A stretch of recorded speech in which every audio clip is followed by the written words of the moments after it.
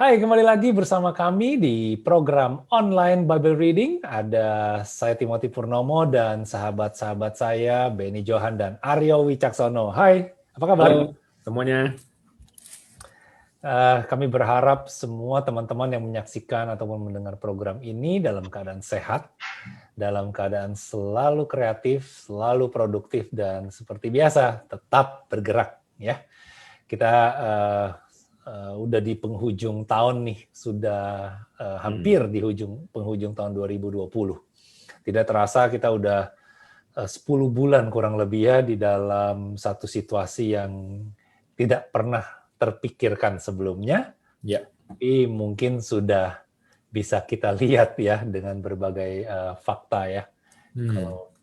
Kalau kita baca, kita mau lihat berita, kita mau do some research tentang keadaan di dunia ini gitu ya. Mungkin ya banyak asumsi, spekulasi, banyak hasil survei atau research dari orang-orang yang punya kepentingan dan juga orang-orang yang punya ketertarikan akan hal-hal yang berbau politik lah atau apa namanya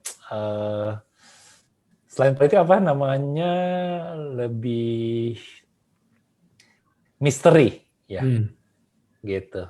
Tapi juga ada hubungannya dengan apa yang terjadi di Alkitab kalau kita mau baca lebih detail lagi. Itu sebabnya kami selalu mengatakan untuk berjaga-jaga dan berdoa ya. Gitu. Oke. Ben, Mas Aryo, kita kemarin udah sampai di 1 Tesalonika 2 ya. Ya. Hari ini kita mau masuk di 1 Tesalonika 3. Ya? Siap? Oke, siap. Siap ya? Yuk, Mas Aryo silakan baca. Baik. 1 Tesalonika 3. Kabar baik yang dibawa oleh Timotius. Kami tidak dapat tahan lagi.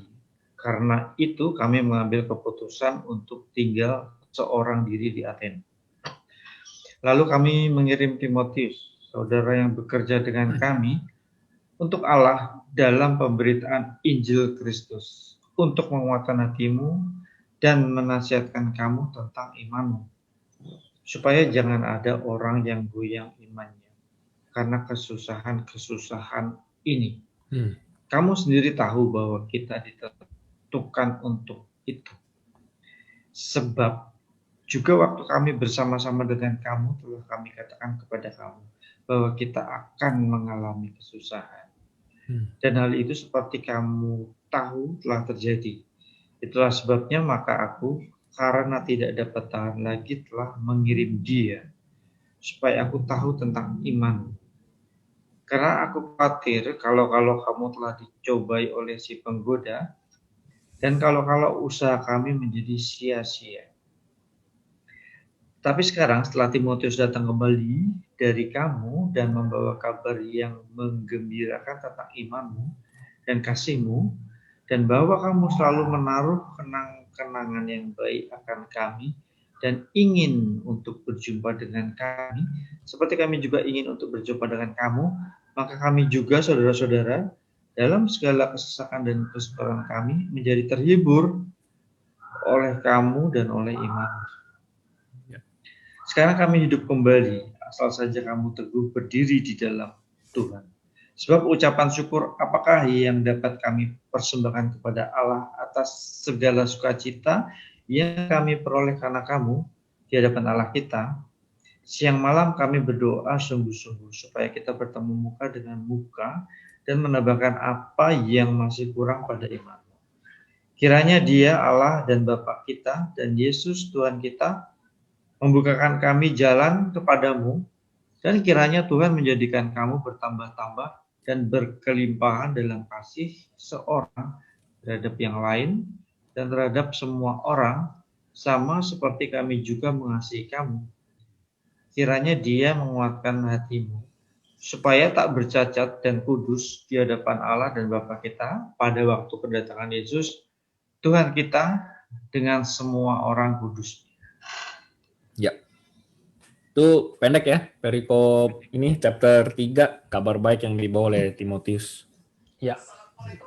Masih ingat nggak apa background dari waktu dan konteksnya 1 Tesalonika ini?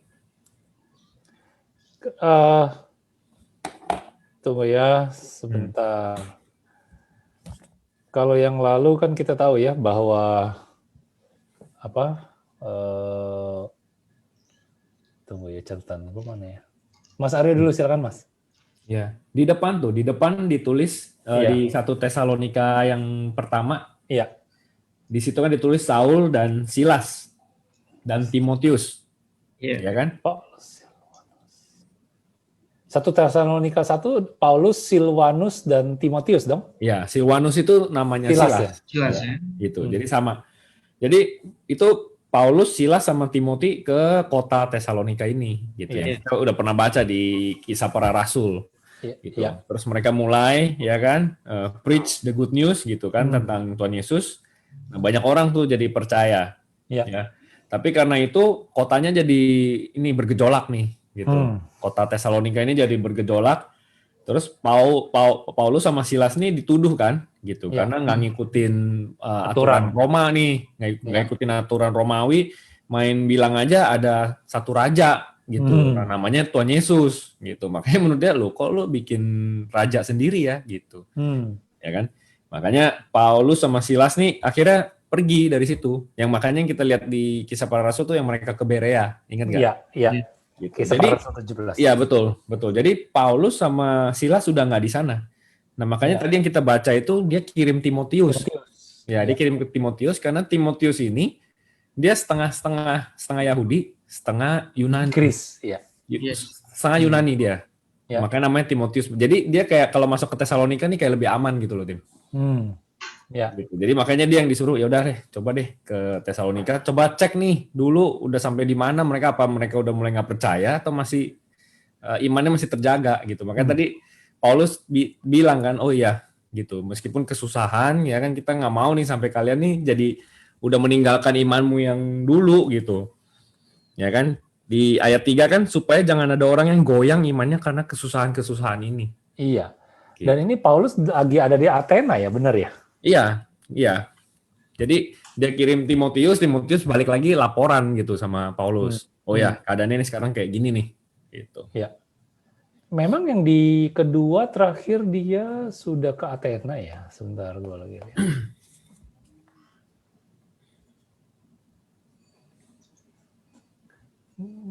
Mas Aryo dari perikop yang tadi apa kira-kira yang mau di-highlight? Yang jelas Timotius membawa kabar yang menyenangkan dan melegakan hati Paulus ya. Seperti itu. Terus kalau saya sih melihat poin di sini adalah sangat menguatkan iman seseorang juga apabila ia mengetahui orang yang istilahnya itu dekat dengan mereka itu ternyata dia masih bisa menjaga imannya juga gitu loh. Jadi jelas sangat menguatkan gitu loh. Wah, puji Tuhan banget nih ada orang di kota lain yang udah gue anggap saudara gue. Wah, gue seneng dapet itu happy news gitu. Wah, aku jadi bertambah kuat imanku gitu. Itu aja. Jadi kabar yang saling menguatkan itu. Iya, saling menguatkan ya, benar ya. Betul. Itu jelas ya di ayat 3 di ayat 6 sampai 8 tuh. Ya benar, ayat 6 betul. Ya, iman yang kuat akan membawa dampak juga buat orang lain ya. Itu dia. Iya. Jadi aku boleh tambahkan dikit. Jadi boleh dong. Sangat krusial, sangat signifikan sekali untuk saling menguatkan di dua kota yang secara geografis terpisah jarak gitu loh. Iya, betul. Iya, karena kalau kita baca kan justru kalau dalam kesusahan itu ada kemungkinan iman kita goyah gitu. Nah, ternyata ya kita saling menguatkan nih ya karena gini gitu loh. Kita lihat nih sama-sama masih berpegang teguh ya kan. Ya kan saling komunikasi juga ini kan terjadi komunikasi nih. Betul. Ya, Kak. Ya. Nah, baru lanjut nih. Ada nggak kita skip? Ada yang kelewatannya nih di pasal yang 3? Gua highlight di ayat 11 sampai 13. Apa tuh, Tim?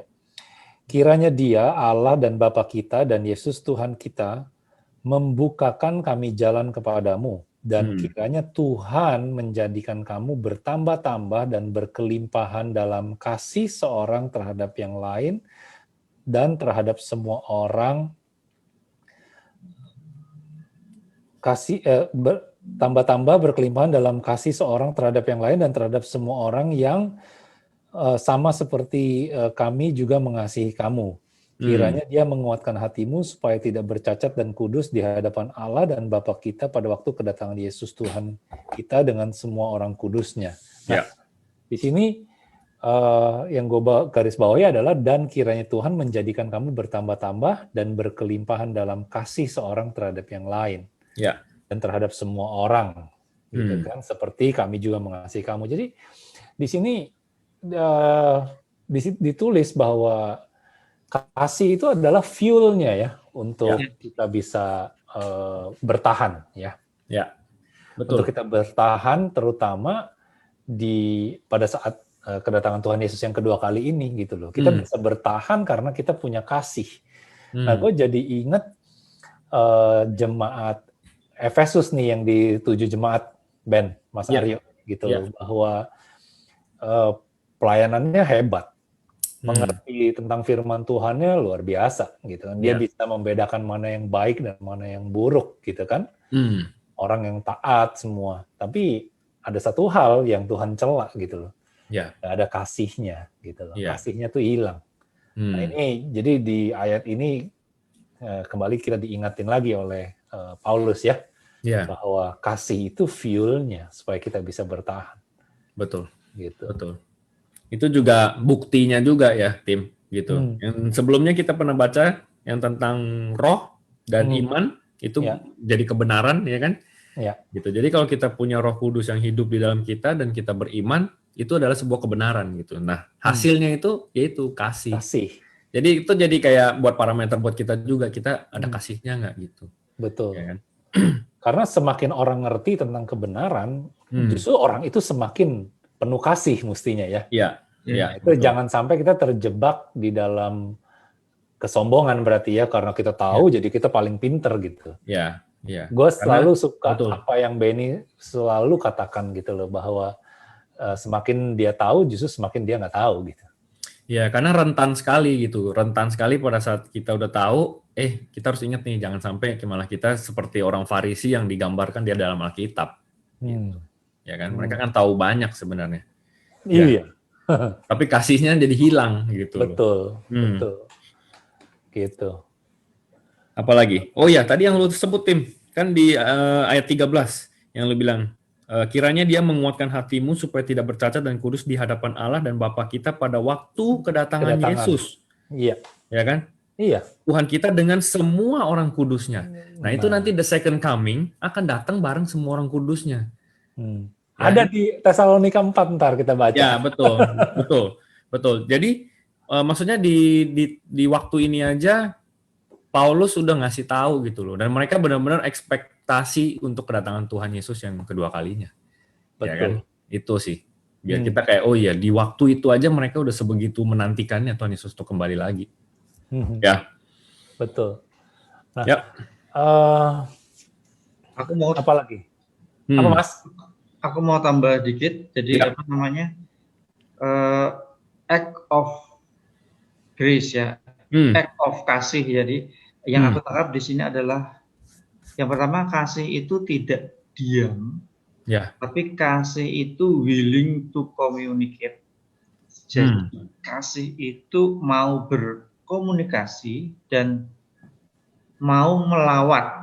Jadi gini, mau mendatangi orang yang kita kasihi. Jadi Paulus menyuruh Timotius, kamu datang ke sana. This is the act of love. Maksudnya dia nggak gengsi. Loh, harusnya mereka dong yang datang ke sini, uang saya tuh bosnya mereka kok gitu loh. Tapi ini saya mengasihi kalian. Suruh nih Timotius, adik saya ke sana gitu loh. Jadi itu kan orang kalau didatengin, istilahnya ditamuin di rumahnya, tok, Halo, saya Timotius, gimana kabarmu? Itu kan seneng gitu loh. Jadi itu yang mungkin karena saya orang Jawa ya, jadi saya seneng dapat tamu gitu. Iya. Pasti seneng kalau datang itu seneng gitu loh. Oh, Timotius apa kabar? Mesti kan gitu. Ngopi-ngopi dulu atau jadi mau ada goodwill untuk mendatangi, untuk menyapa, untuk mendoakan gitu kan. Nah, dari sini itu buktinya aku mengasihi kalian. Aku mau doa, aku mau nyuruh adikku, aku mau menguatkan kamu. Nah itu aja sih. That's a good point, Mas Aryo. Sebenarnya, ya karena istilahnya posisi Paulus Timotius ya benar sih. Mereka kan ya yang istilahnya ya yang leadernya gitu kan. Tapi dia juga nyamperin lah gitu istilahnya kan. Betul, nyamperin duluan. That's a good point. Ya. Oh, bagus banget. Oke. Gimana? Kita mau lanjut? Lanjut ya? Apa mau ke sesi berikutnya? Terserah. Oke, kita lanjutin di sesi berikutnya ya. Jadi di 1 Tesalonika 3 ini kita ternyata dari tulisan yang ditulis oleh Rasul Paulus ini ya, apa namanya? Sepertinya kalau kita baca sekilas tentang iman, ya. Tapi ternyata ada satu yang kita harus read between the line adalah kasih, karena tujuannya adalah pada bagaimana kita bisa berdiri kuat pada saat Tuhan Yesus itu datang kedua kalinya, ya kan? Berarti kita belajar tentang iman, iman yang kuat tak tergoyahkan, terutama pada waktu kesusahan. Ya, nah, ini mungkin gampang dikatakan, tapi pada saat kita menjalani, orang pasti akan menjadikan itu bumerang kepada kita. Lo ngomong enak, gampang.